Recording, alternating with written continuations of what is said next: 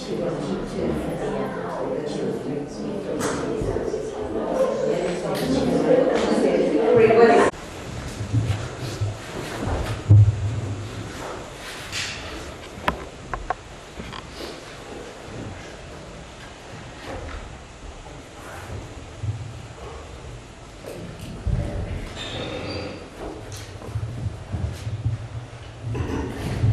you want to start? Okay, so we will recite the refuge prayer, which I think should be on your chairs or nearby. If you don't wish to, we recite it phonetically. It's Tibetan, and just listen if you'd rather not. And we'll sing it.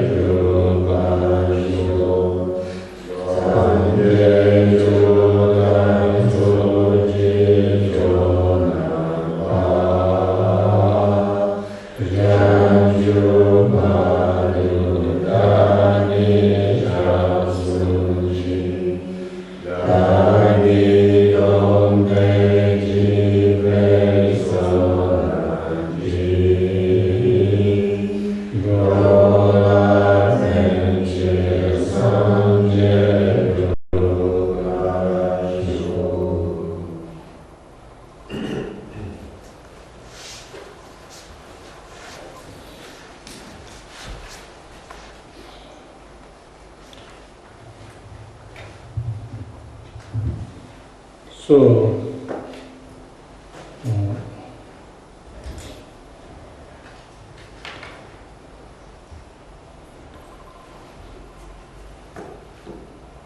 maybe we can start with a short meditation.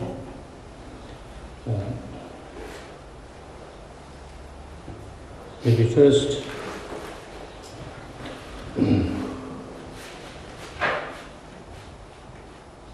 we will do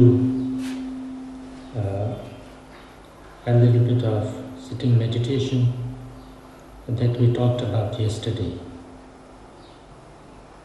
And then, if you want, I can lead through the kind of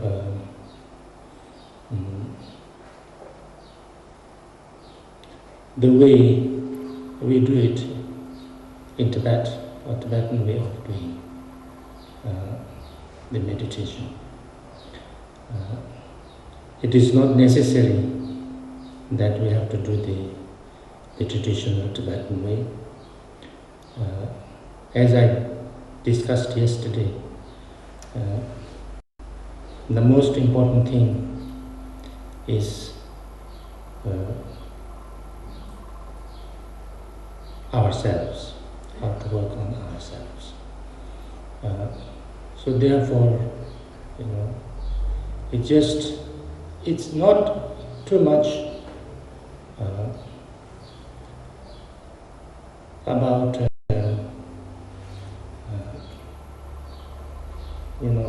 one day if we keep on doing this, then one day I will have a great experience, something will happen that will totally change all my life. That's not the way to look at. Otherwise, we kind of, instead of doing the meditation, we look forward to something. And then that trying to look forward to something and expecting something to happen will kind of destroy the meditation. So what we need to do is to be now, and not to expect, but become the relaxed, the peaceful, just being, learning to be in peace. And if we can do that now for one moment, that much I am able to be in peace. And that much I kind of a little bit get confidence on how to become, how to be like that. So therefore it's doing it now, not thinking about becoming something. So we relax our body completely, a little bit straighten our back, straight, not too much kind of leaning sides or back forward, because this will create problems if you're sitting a long time. Then let your mind be in the body, meaning that you feel your body, you feel your senses, and you let your eyes closed if you want, as if kind of you are sleeping. If you want, you can let it a little bit open also if you want. And then relax your body now. Not in the past, not in the future, not even holding to the present moment, just being now, momentarily. So therefore, you little bit feel your breath. Breathe in, you feel it breathing in, breathe out, you feel it breathing out, and nothing else. Just being simple. Nothing serious, nothing complicated, just being in a totally relaxed way.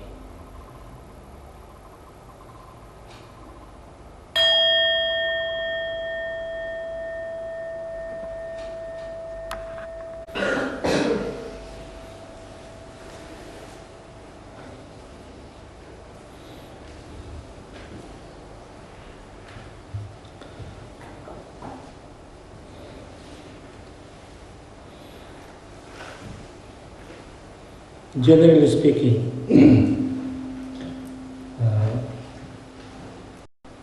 there are two main problems for meditation, and that is distraction and dullness.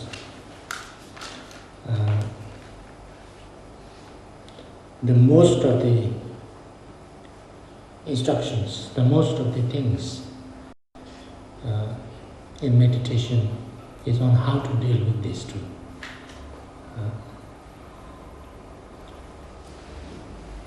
The distraction is that our mind is too busy.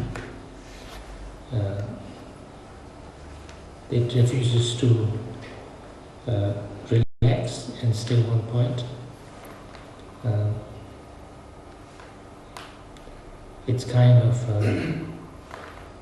too many thoughts coming in, too many different kind of busy things happening. As you know, sometimes from Buddhist point of view, an untamed mind is described as a wild animal, wild elephant, little drunk, wild and drunk elephant, led by a wild and drunk monkey. Meaning that elephant, is something that is not easily kind of controlled. It's very powerful, it's very big. You cannot just put it here and there. It's so kind of, when it comes, it kind of stamps. No, it kind of stampedes through everything, and it's very difficult to stop, and big and strong.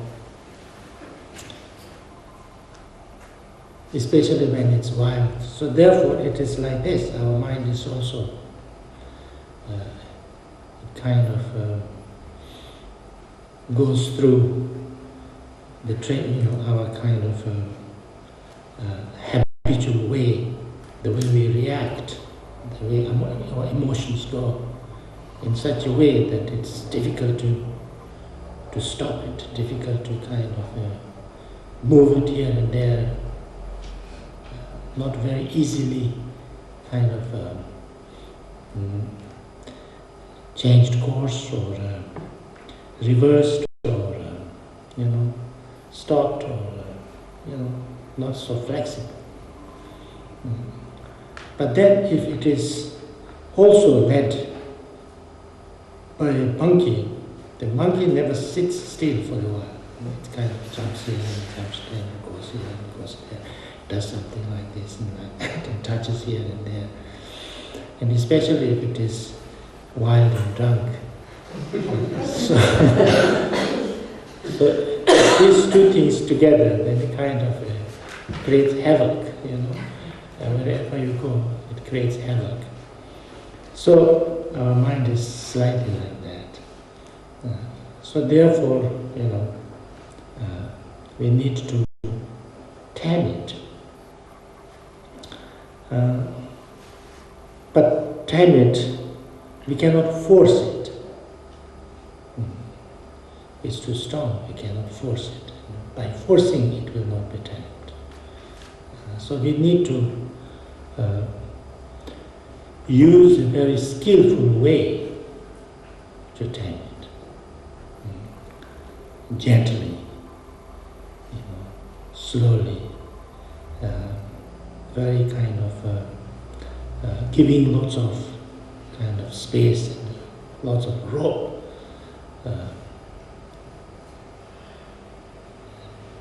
So that we have to let our mind become like a first friend with ourselves, not an enemy, not a kind of object of, and slowly then we make it flexible. Taming means making it like pliable. Like it does what I want it to do. A little bit like a tamed, small dogs. You say stand up and it stands up like this. Sit down and it sit down. And, come and it comes and go and it goes. We want to make our mind also, like thoughts, emotions, whatever. We say think, then it thinks. Don't think, don't think. Go to sleep, wake up. Work. The more we have that, the more our mind is tamed and trained. So that, we can make it do things that is good for us and good for others. and also become much more happier and joyful. So that's why, the distraction, when mind kind of wanders off, when you start to meditate, wanders off, and not knowing what's happening, it just goes off, and then after a while we realize that we're doing all sorts of things, and then that's the time we need to. That's why mindful becomes important. There's only one tool. Sometimes we say two, but it actually is one. Mindfulness and awareness. If you try to define this, then awareness means being aware, knowing what's going on.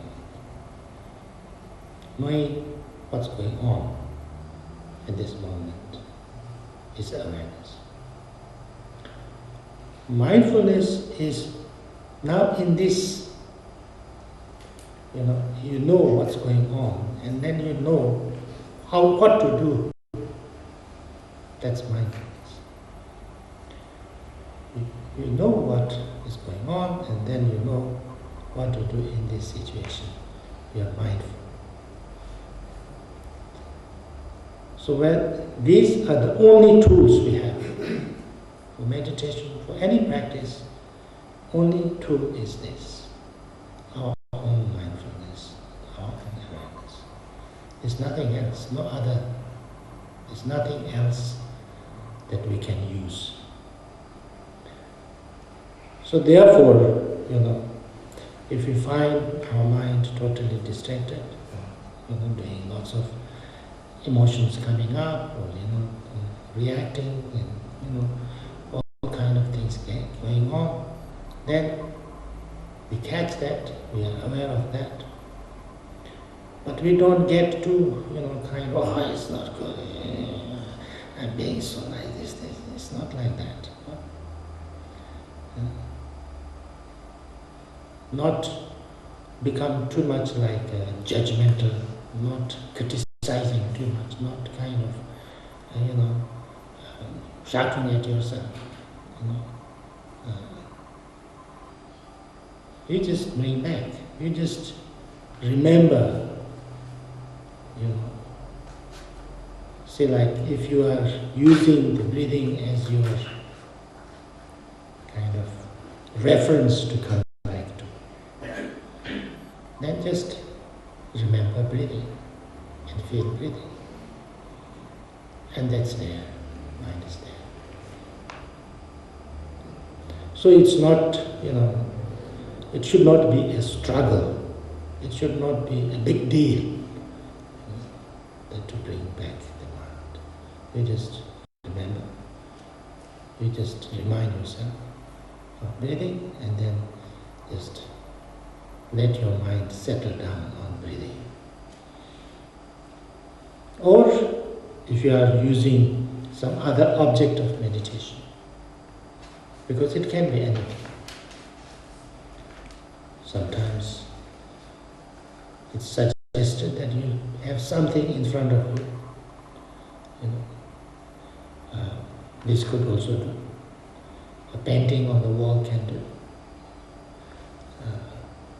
Sometimes good to have something that doesn't burn your eyes. Maybe kind of a blue color, not too bright. Something soothing. And so that, you can kind of let your eye rest there. And then mind also. But it doesn't need to be something that you see. It can be something you hear. That's why sometimes, like a recitation of a mantra or a syllable, like Om, or something like that, or a little nice meditation music, or something like that would also be nice. Or sometimes we also use imaginations, what we call visualizations. Anything. That's why sometimes we use the visualization of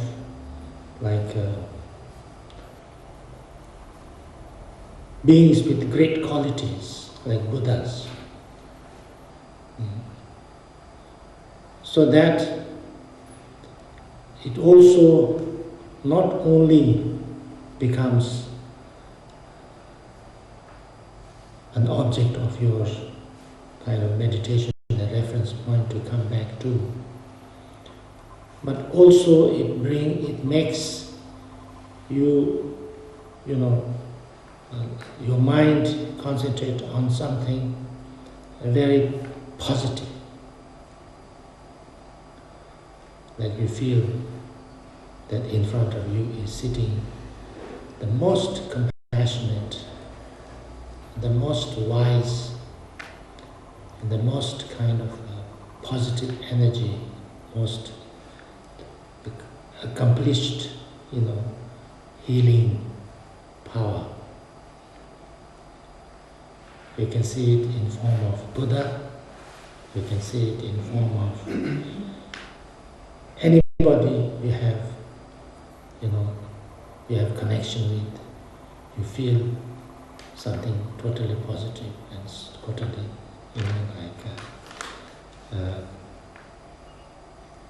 holy and sacred and great. We have the concepts of bodhisattvas.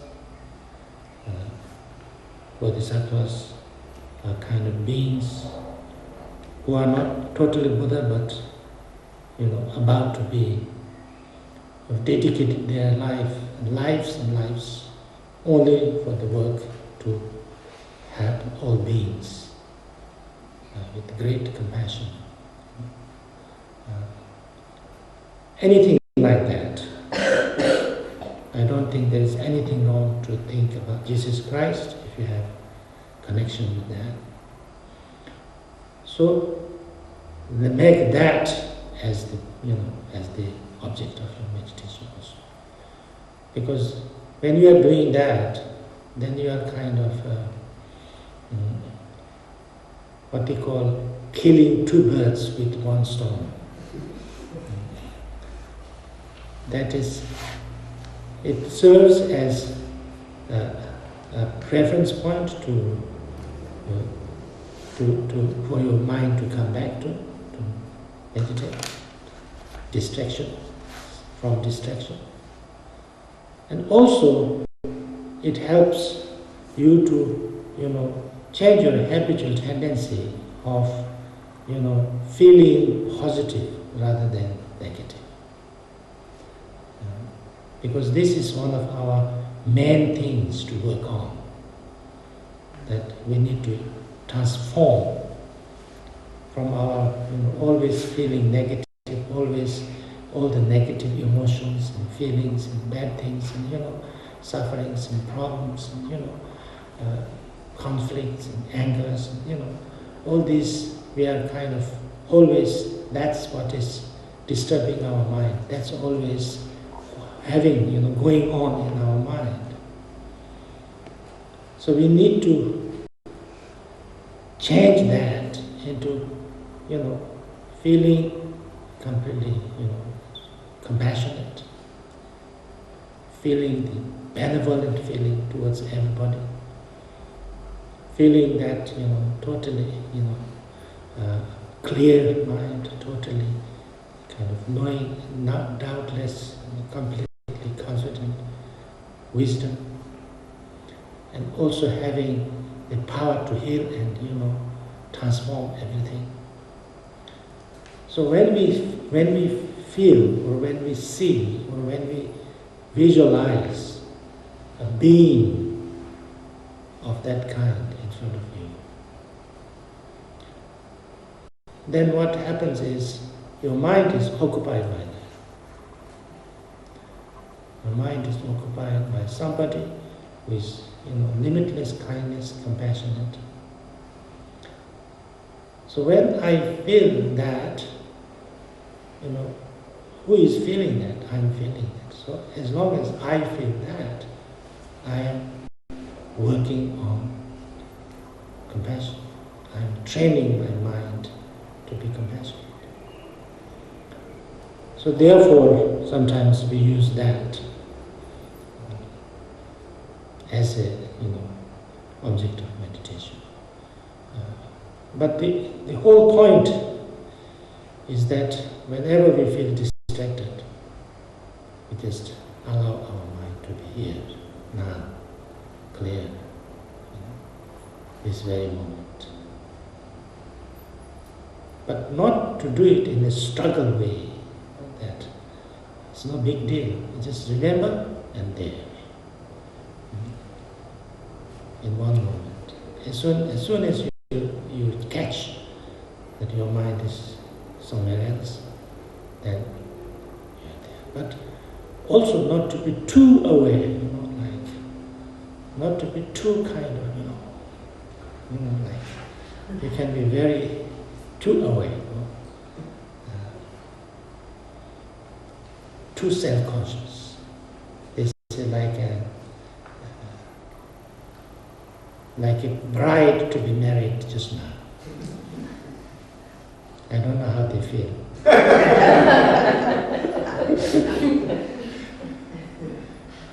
That's the traditional example. Too much like what's going on, how I am looking, how people are. Not like that. Relax. So this is the way to work on distraction. Then the dullness. Sometimes dullness is more difficult. It depends. Sometimes distraction is more difficult to deal with. And sometimes dullness is more difficult to deal with. Dullness is the two kinds of dullness. One is sleepy. When you kind of little bit relax yourself, then you go to sleep. Because we are so busy usually, thinking and doing things in our mind, that when we are a little bit relaxed, then fall off. We don't know, we don't have the capacity, we are too tired anyway. Too tired, because too much struggle all the time in the mind. So it's natural, when you're a little relaxed, you fall off, sleeping. Sleeping is good. There's nothing wrong with sleeping. I feel. I sleep so much, and I like sleeping. I think sleeping is good. One needs to sleep. It's regarded as one of the medicines for your body. If you don't sleep enough, you cannot be healthy. But sleeping is not meditation. It's not meditation. So there, because meditation is, training your mind to be calm and clear. Learning your mind to relax in a clear way, conscious way, being now. So when you sleep, then it's not there. So therefore, we have to see that we don't, fall into sleep.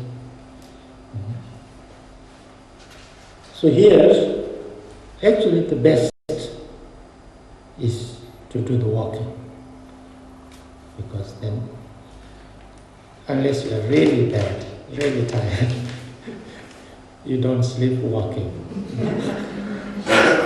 If you're really tired, you can sleep walking also, especially at night. But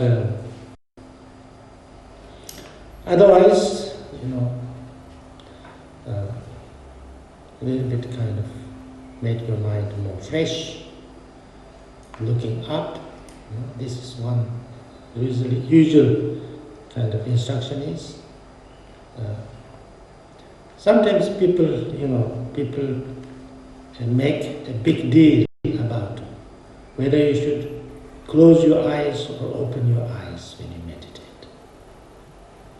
But it's not like that. It's nothing big deal. It's it depends.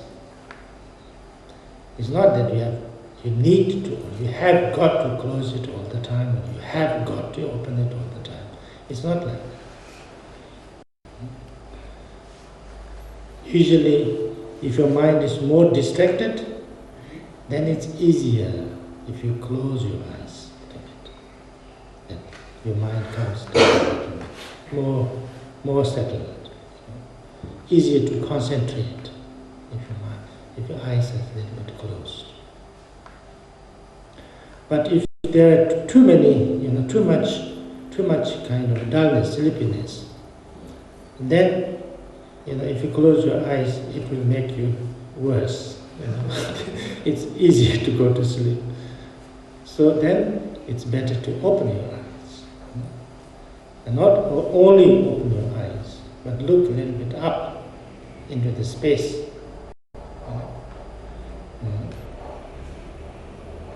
So the more you kind of look up, your mind becomes more, kind of heightened. So therefore, it can make you more awake and more fully aware. So that's one. Then another reason for sleepiness is besides kind of too tiredness. You can be, if you eat too much, if you just come from eating in the middle of the day, it's difficult to meditate because you have to digest. So therefore, that's why usually people recommend, to meditate early morning or, in the evening, things like that, not just after you've eaten. It's not to say that you cannot meditate. You should never meditate after eating or anything like that, but it's more likely that you will feel sleepy if you are totally full. And another is too hot. If you're too hot, then also more likely to. So, a little bit fresh, a little bit not completely full. So these are just things, that if you feel that you are always sleeping in the meditation, then you have to see what is it that's. And sometimes, of course, also different diseases, also different humors, also make you sleepy and things like that. So therefore, whatever measures need be, then try to kind of be awake. That's important. But there's another dullness, which is like you kind of sit down and you kind of meditate, and then you are not asleep, but you are kind of in a cocoon, comfortable, snuggy, nice, Yeah.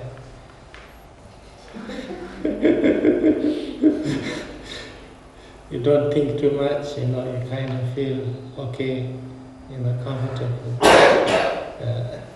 little dullness.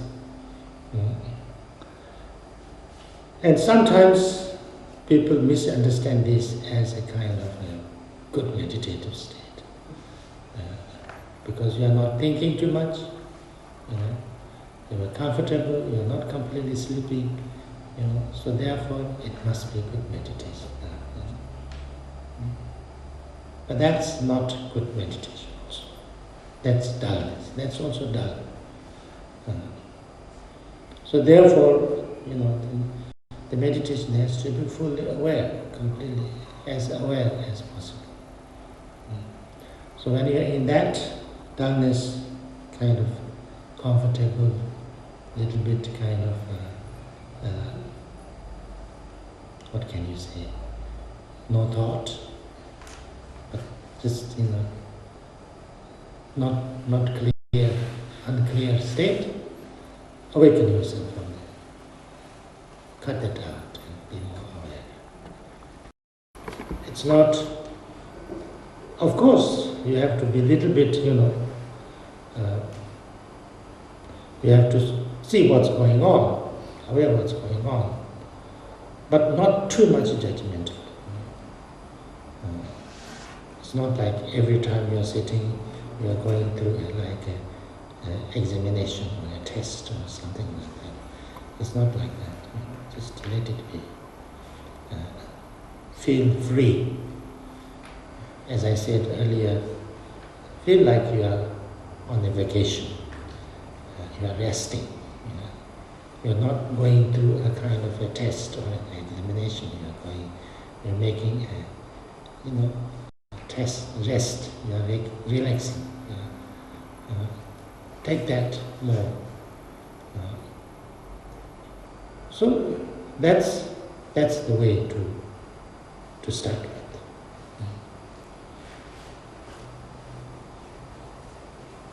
Any questions so far?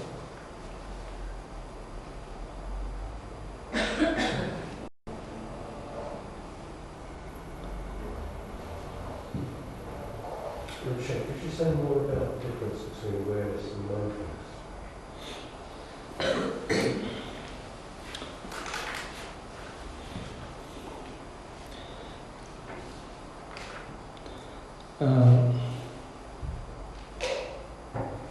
It's not so much different, I think. But if you define it kind of more closely, more, what can you say, more extensively, then awareness is being aware, like knowing what's happening. And mindfulness is knowing what to do at that time. So have a kind of remember that this is what I'm doing. This is meditation. This is, where I am, what I'm doing, where, what's going on, all this together, so mindfulness. So mindfulness is a little bit more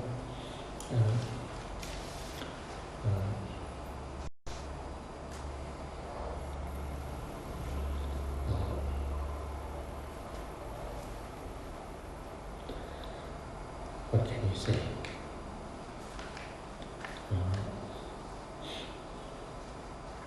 I don't know, this is exactly what the English word mindfulness and awareness means. This is not what I'm saying. What I'm saying is the traditional, like say Tibetan word. Tibetan word is Shijin and Tempa. Shijin is the awareness and Tempa is the mindfulness. So from that point of view, then it's like that. Because this is how it's translated. So the exact English word meaning, I don't know. Maybe it's not exactly like that, maybe it's like that I don't know, but this is the general understanding. So in fact there's very little difference.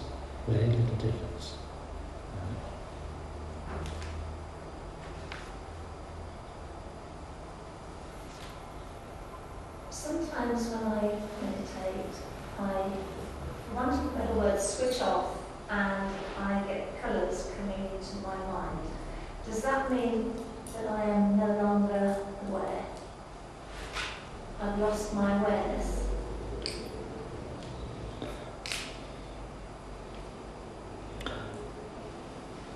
Now, when people meditate, all different kind of experiences happen. Sometimes.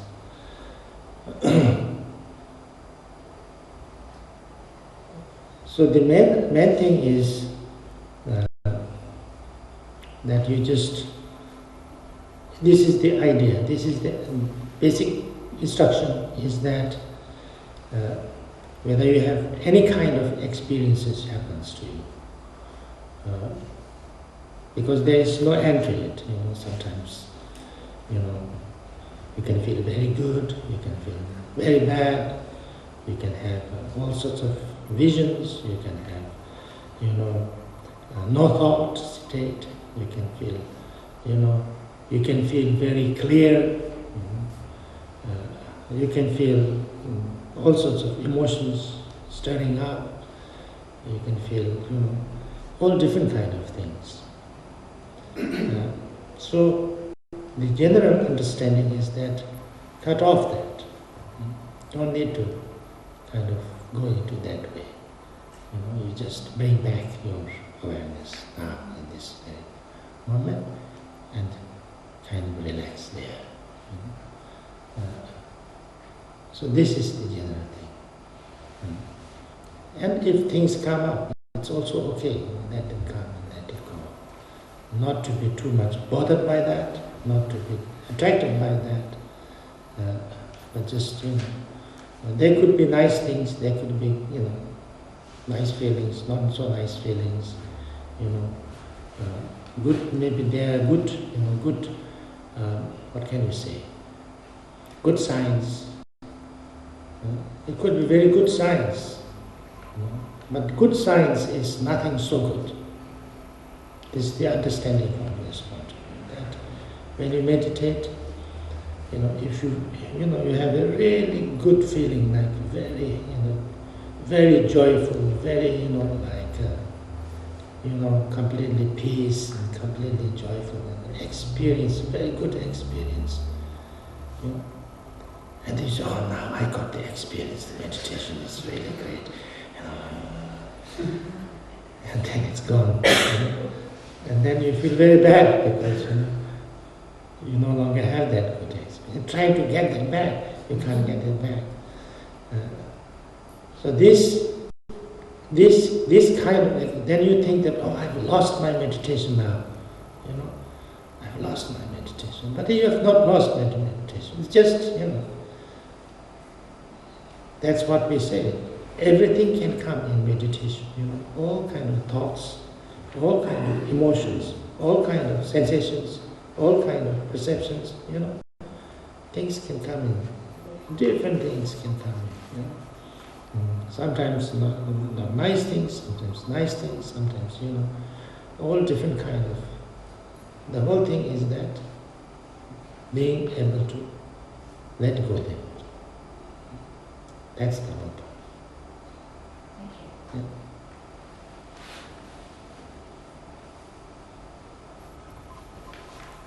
Could you say something about the ego? It seems that gets in the way a lot, and sometimes very subtly, so that it's almost like a filter, so that the real experience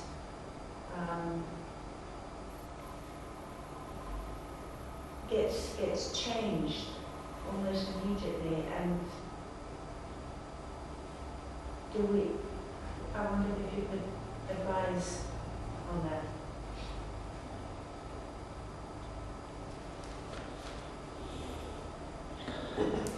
And that's to do with what we call in Buddhism vipassana meditation practice. to deal with our,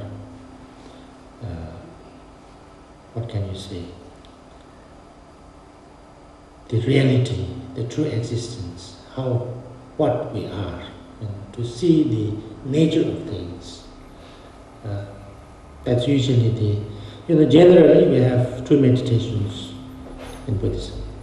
So two types of meditations, basic two types. There are many different methods in both, but that's the shamatha and vipassana. The shamatha is the meditation that that helps you to calm down, that helps you to make your mind calm and clear, or sometimes it's even called calm abiding meditation. To make our mind more pliable, more kind of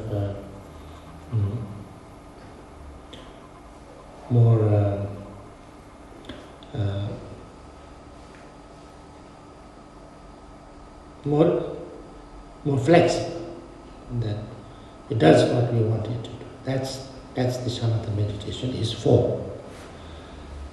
Then the vipassana meditation is to really understand and see what the true nature of our mind is. What is the reality of myself, all the universe, everything.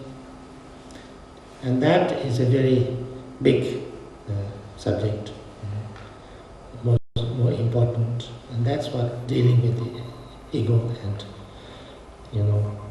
who I am, what I am, how I relate to my senses and my thoughts and emotions and things like that. There are lots of it's lots of work there. Lots of work there, and that's lots of teachings on this. But when we start to meditate, like that we just talked about, learning just how to be relaxed and things like that, then we don't bother too much.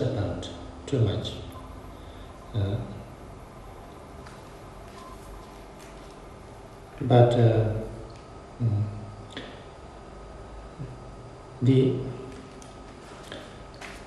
ego is a word which can have lots of meanings, which has many different ways of interpreting by different subjects and different,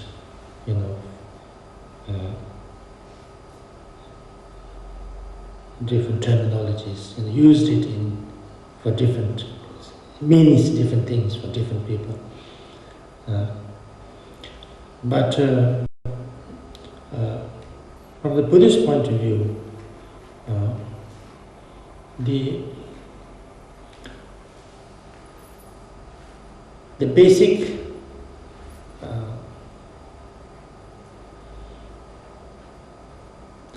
we try to look at the basic source of our what can you say, of suffering, we can say, our problems, and then you see that the most important source of our sufferings is negative emotions. That our feeling of,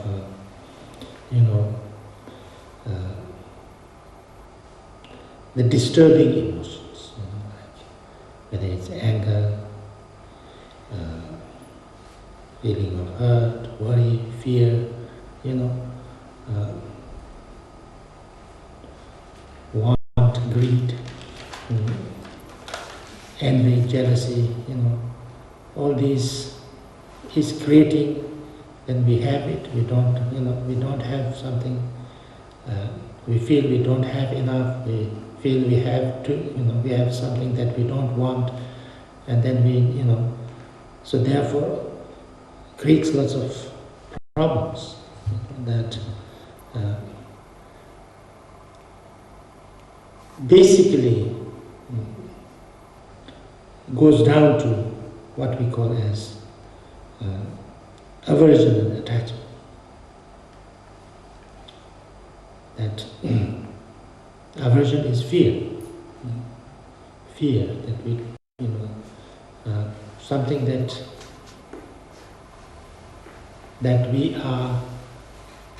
we feel is very bad for us, and so therefore we don't want something, deeply don't want something. When we have that experience or that feeling, then whether that what we don't want or what we fear is there or not there, we have problem. If we don't have it, then we have fear of getting it. If you have it, then we have that problem. If you get rid of it, we still have the fear of getting it back. So we are constantly, in kind of in problem, constantly having kind of uncomfortable feeling, dissatisfaction, unhappy. When we have that reaction. In the same way, if you have too much attachment or too much kind of desire for something, it creates the same problem. Sometimes people feel that desire is something nice, something good, something wonderful. Because when you desire something, it's something nice you desire. Not something not nice you don't desire. So your mind desires something, it's nice, it's happy, it's good. That's the general feeling with most of the people. But if you look a little bit deeply, you find that the moment, that doesn't mean to say that you don't appreciate something nice. Of course, if there's something nice, you appreciate it. That's no problem. You enjoy it. That's no problem. Yeah? But when you desire, that means you create a sense of dissatisfaction. I want this. This is a nice, nice cup. Yeah, this is a nice cup. So when I say this is a nice cup, I like it. I use it. I drink my water from that. No problem.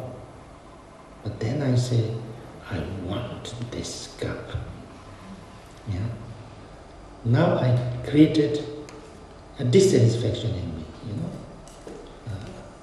that I need this very type of cup for me. And I don't have a cup like this, which I must have, So I have created a dissatisfaction which I didn't have before. So then, now, how to get this cup,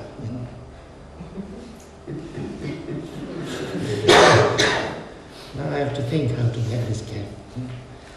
Maybe if I'm really nice to Bob, maybe he'll give me, or maybe when you are not looking, I take it.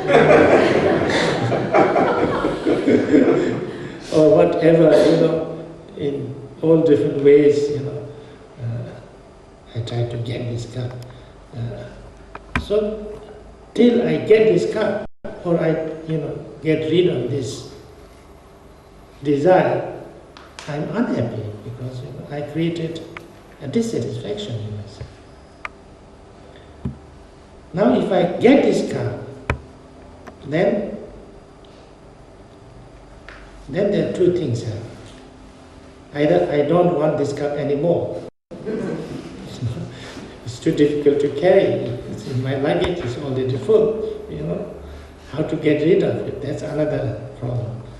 But if it, even I like it, and still I want it, I desire it, then I have another problem. I wish somebody will not take it away from me. Yeah. Maybe Bob will discover that it's taken by me and he will come after me. Or maybe it will be broken, you know, if I don't carry it nicely, you know, I will be losing it. So as long as I have that, you know, I have problem. You know, I have fear of losing it. So therefore, if I get it, I have a problem. If I don't get it, I have a problem. You know, if I lose it, I have a problem. So whatever I do, I have a problem. You know? So this is created by my desire and by my fear. So therefore, you know, the more that stronger, the more the problem is stronger. So this why this happens? It's because of the way I react. Why react like that? Because I think that there is a me here, which is, you know, which needs, you know, which is kind of the something there totally, you know, independent,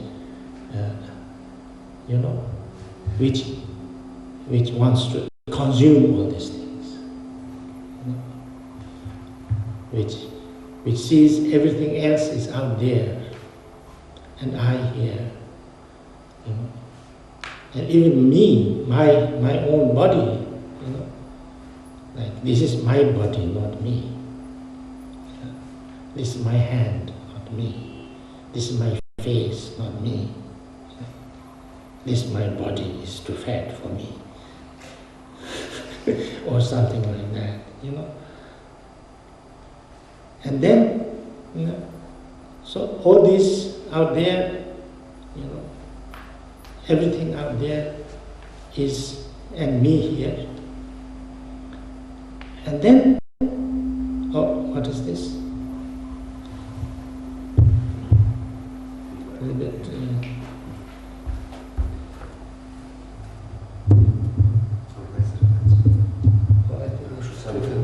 Hello. I think it's okay now. Yes. A little bit down. Sometimes if you turn the speaker a little bit, it stops. Hello. Okay? Yeah.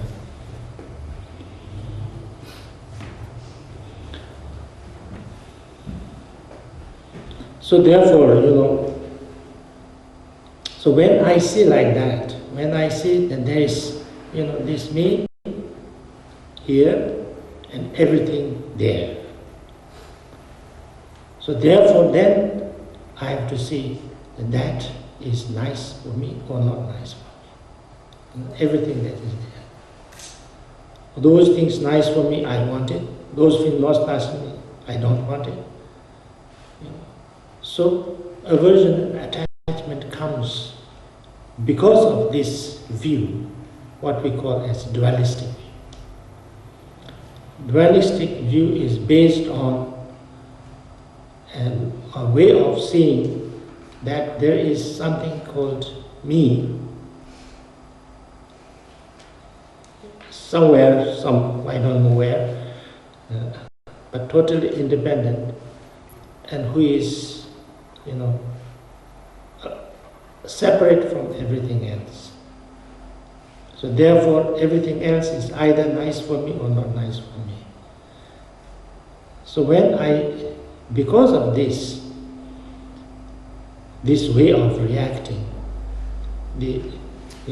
all these problems of emotions comes, aversion, attachment, and things like that. So therefore, from Buddhist point of view, that is ego.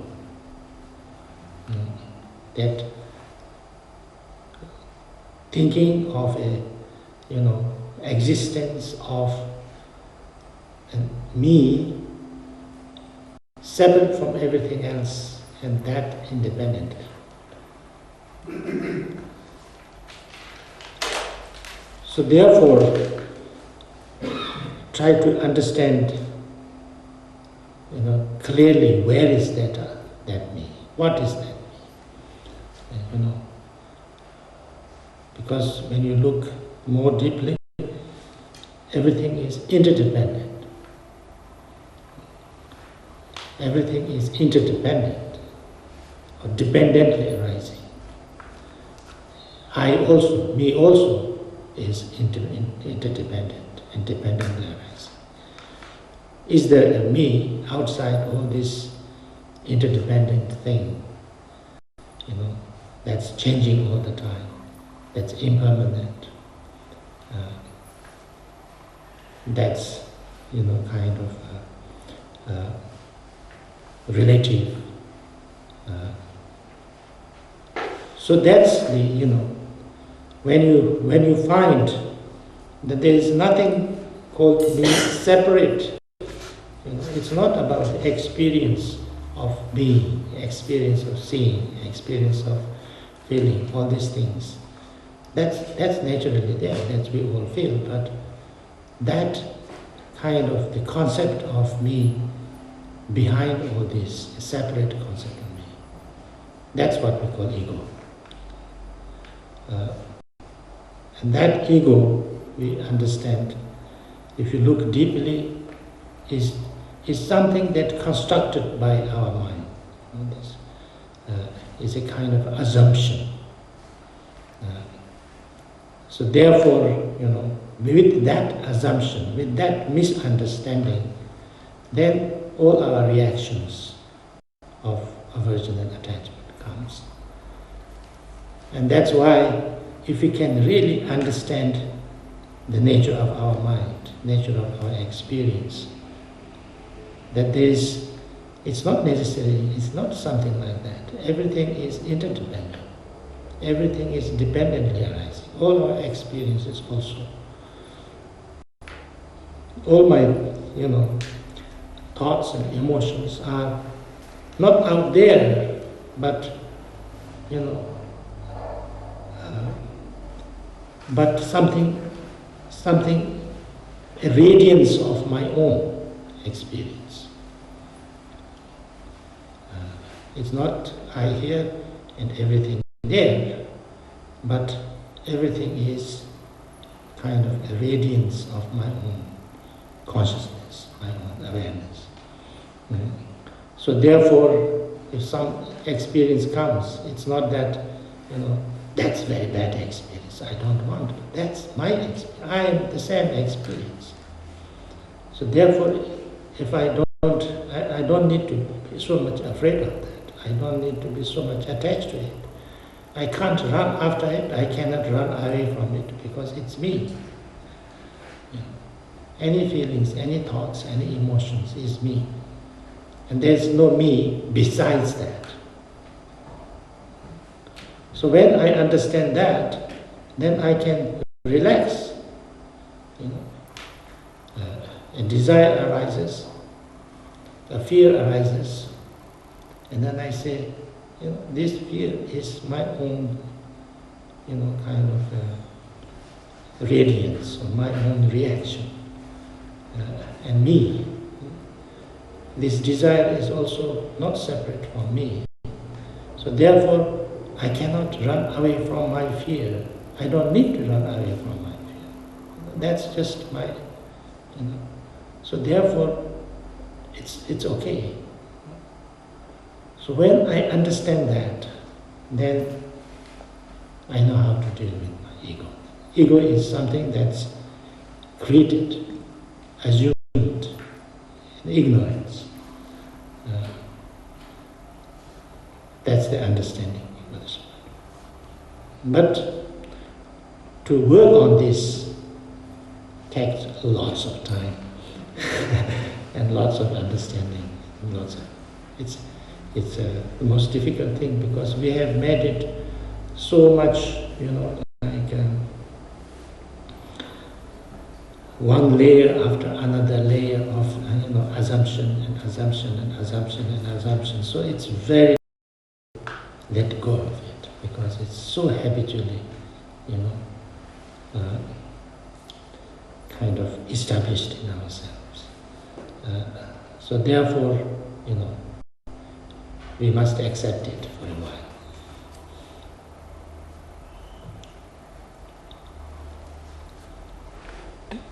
Do you have any use for the concept of metacognition? The process of I know something, that I notice that I am the one who's knowing it. Is this the ego and the separation you're talking of, that set of assumptions that's ego, and then there's the self that's aware of that set of assumptions? And that can be called metacognition, to know that you are knowing.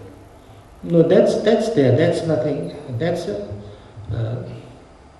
another matter.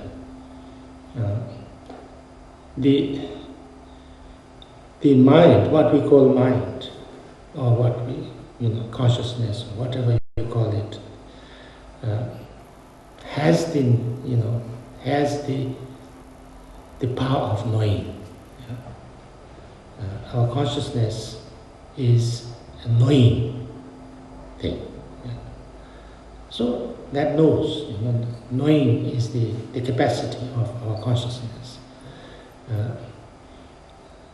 And that, is very clear, actually, if it is not obstructed by our limitations, by our, limitations that we impose on it. It is said that we can know, through time and space. Knowing is very clear, the mind is very clear. That's not the problem. That is regarded as actually the wisdom, what we call wisdom, that we have the capacity to know, to see completely, clearly and fully.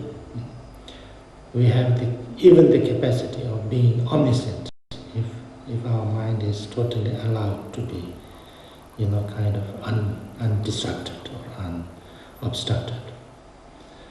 The ego is, is an assumption of some body independent who is there, kind of separately from all our experiences, a little bit. So, there's that's kind of a little bit confused, of course, very confused way of. That's the ego. So that's why we always have a kind of everything we experience as this is good for me, this is not good for me, I like it, I don't like it, and then we run after that, I like it, I run after that, I don't like it, I run away from that. So therefore we are constantly in kind of a busy thing. That is because of this way of little bit confused state. That's how it is said.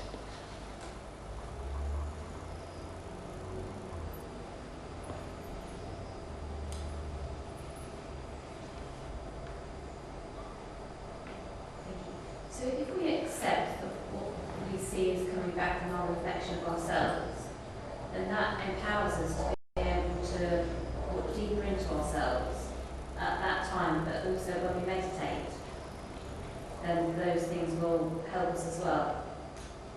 Yeah, that's right, in a way, yes.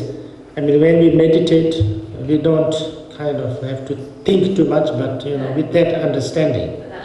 Yeah, with that understanding, then that understanding is the basis that whatever happens, whatever arises, we can say, this is the terminology used by Buddhists. Whatever arises means a thought comes up, emotion comes up, a sensation comes up, whatever arises.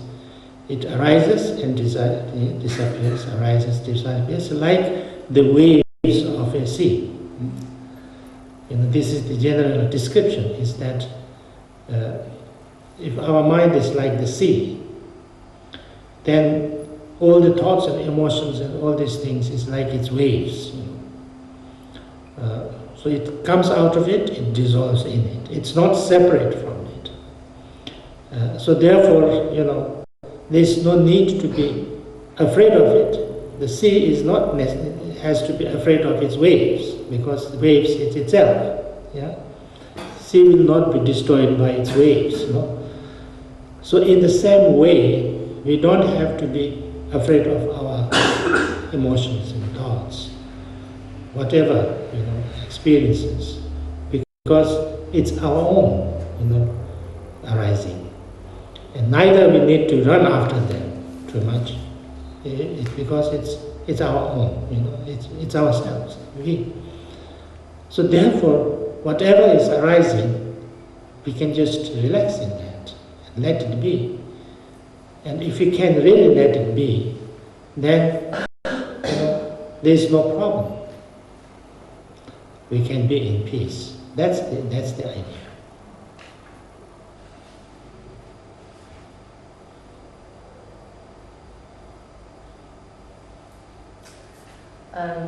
Not a very intelligent question. No problem. It's simple. Were you born with this wisdom, or did it take years of practice?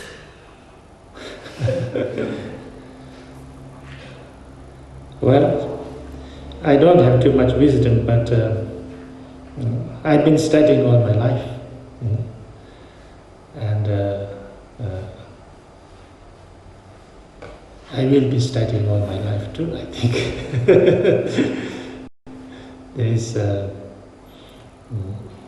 There's no end.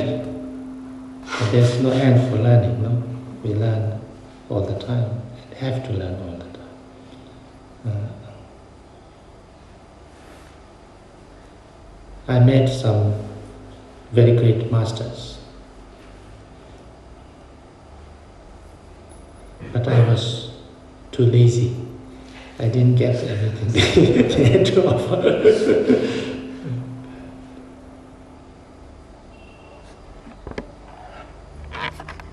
It's useful, you do that.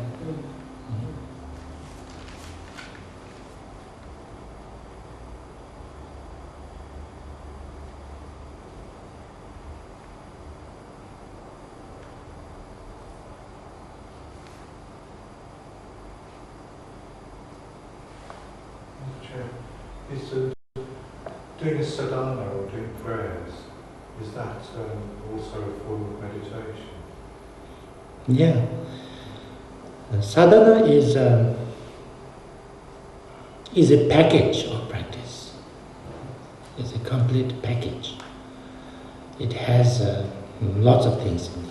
It has like preliminaries, it has visualizations, it has shamatha part, it has vipassana part, it has different methods to work on your emotions and purifications, accumulations, dedication. Everything is there. In one sadhana is a full package. And within that, then you can put any practice, any practice. So I think the best way to do a sadhana is that you go do the sadhana, and then wherever you want to emphasize, you take the long time there and use that, because there's like shamatha meditation. Like in the sadhana, there's always a part where you are visualizing. That is the shamatha part. That's the shamatha part. Then there is resolution, and there's lots of different parts of it. So working on those things. So it's a long kind of, not necessarily long all the time, but it's a whole package. There's also prayers in that. The prayers, the devotions, and different kind of. The prayers is also, prayer is also you can say whether it's a meditation or not. You can say meditation in the sense that prayers is wish, the heartfelt wish. That's a prayer. So when you make a heartfelt wish in a concentrated way, then you are making not only, your mind is concentrated on that, but also making some very positive, wishes. So therefore you are working on your way of thinking, how you wish, how you think, generating compassion. It's most of the prayers is, not only for me but for everybody. So it's kind of generating the wish. So it's working on compassion. So therefore, it has different skillful methods, lots of them put together. But it is, I think, very important to understand. It's very important to understand that which part of the sadhana is for what. It's working on what, in which way. If you understand this, then that sadhana becomes a practice. If you don't understand that, then I think it becomes a tradition. It's just something the Tibetans do, They are a little bit crazy, so they hold a prayer and then,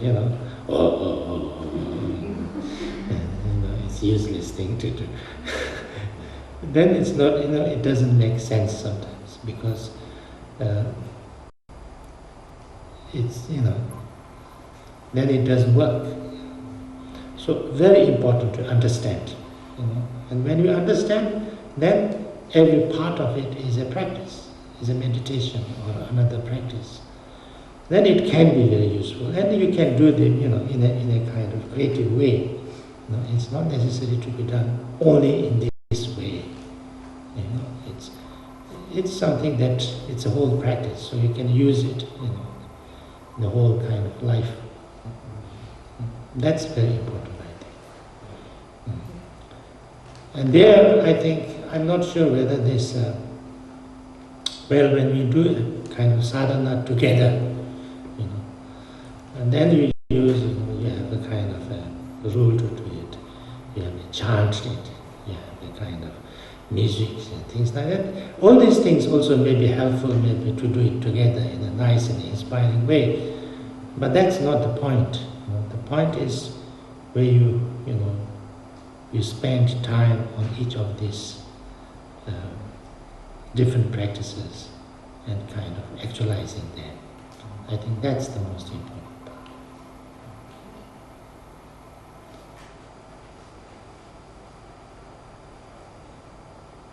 Can I ask a question that relates a little to that? In this modern life where we have the internet and we have so much available, it seems it's possible to approach the teaching a bit like going to the supermarket and I like this and I like this and I don't like that, and you can be either very on your own and the teacher may come and you have a talk and you go away. Is there some advice about the balance now of how we continue when there's no teacher, how much we choose because we maybe have an instinct, and how much maybe it's good to be told, do this, before we have the understanding, how we start?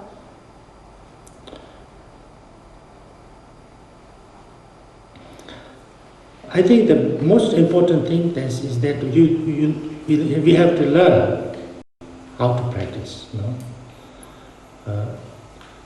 Some of them we can learn from the net. We can get lots of information from from internet or from books or from all sorts of things. And some of things we can learn from our teacher,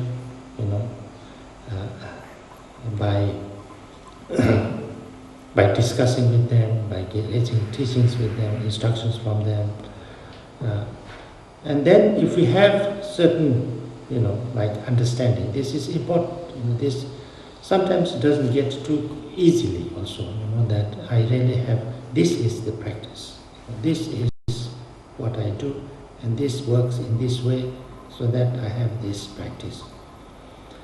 I think it's very important to get that, like a practice for myself. Then I do it, it's, nobody can do it for you, one has to do it. So, all practices are done by yourself, alone, in yourself. Of course, it doesn't mean that, you have to do it only alone. I mean, if there are people around who can, with whom you can discuss things, with whom you can inspire each other and kind of help each other to do, to work together in that direction. And that is very helpful. Sometimes I think that's very useful, because if you're totally alone and nobody is knowing what you are doing, then you can get a little bit kind of, what can you say, too much isolated and too much kind of lonely. Yeah. So sometimes, there's little support, little, something that you can discuss freely with somebody or practice together a little bit is also useful. So, and then also you can do it on your own. That's also useful. It's not necessary that you have to do everything with a group. I don't think it's necessary. All the meditations, you have to do it alone. You can't do it together. I mean, you can do it in the same room or in the same place, but it's you who are doing yourself is only counts. Not what others doesn't count for you. So it's only me. I have to do it. So it's good to do it yourself, in your own room, at your own time, whenever you can.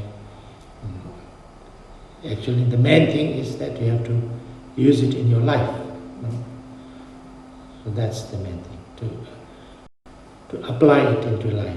To apply it into the life doesn't mean that you have to bring all those different things from somewhere else into your life. It's not like that.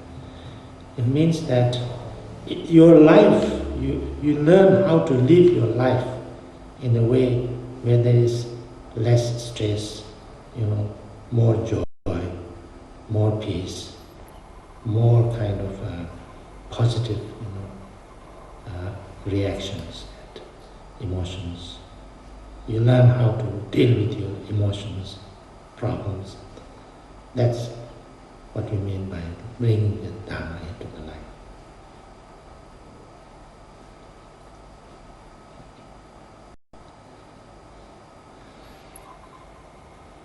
Okay then, so I think we will stop here this morning, and we start with the dedication.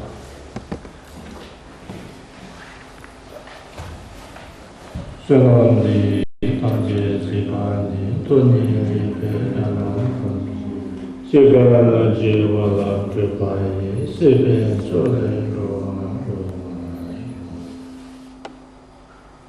And I know you won't like this, but can we just recite a long night prayer to attribute to your sheets? And we're going to ask our music master here to lead us to the